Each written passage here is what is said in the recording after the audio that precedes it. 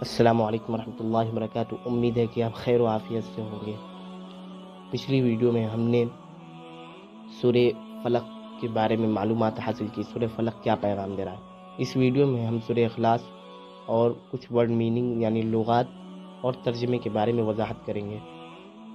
سورہ اخلاص اور سورہ لہب کے درمیان مناسبت یہ ہے کہ سورہ لہب میں ابو لہب و کفار و مشرکین کی بربادی کا ذکر ہے اور اس کا انجام بیان ہوا ہے، جس نے توحید کا انکار کیا اور رسول صلی اللہ علیہ وسلم کی مخالفت کی۔ اس صورت میں بتایا گیا کہ مال و دولت کچھ کام نہیں آئے گا، کفر اور ضد کا انجام ہلاکت ہے۔ اس کے فوراً بعد سورہ اخلاص نازل ہوئی، جس میں واضح کر دیا گیا اصل معبود کون ہے، صحیح عقیدہ کیا ہے، توحید کی حقیقت کیا ہے۔ گویا ترتیب یہ ہے کہ انکار توحید کا انجام لہب اور خالص توحید کا بیان اخلاص۔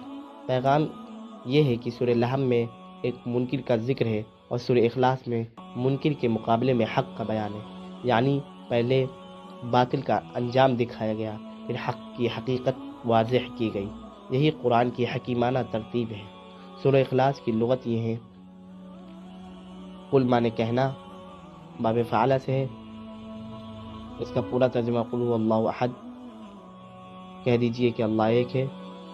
اللہ اسم ہے، مادہ اس کا احد کا مادہ الف ہا دال ہے، معنی ایک، یکتا بے مثل۔ واحد عام ایک کے لیے آتا ہے، مگر احد خاص یکتائی اور بے مثالی کے لیے آتا ہے۔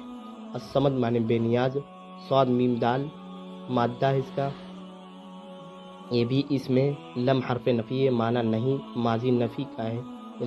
یلد کا مادہ یہ ہے کہ واو لام دال ہے، باب فعلہ یفعل کے ولد یلد صیغہ فعل مضارع مجزوم ہے۔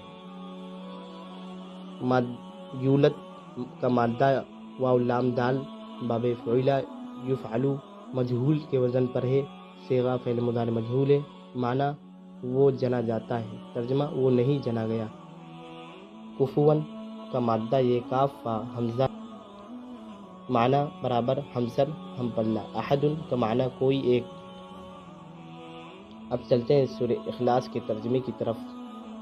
قل هو اللہ احد، کہہ دیجئے اللہ ایک ہے، اللہ الصمد، اللہ بے نیاز ہے، لم یلد ولم یولد، نہ اس نے کسی کو جنا نہ وہ کسی سے جنا گیا، ولم یکن لہ کفوا احد، اور نہ کوئی اس کے برابر کا ہے اور نہ کوئی اس کے ہمسر کا ہے۔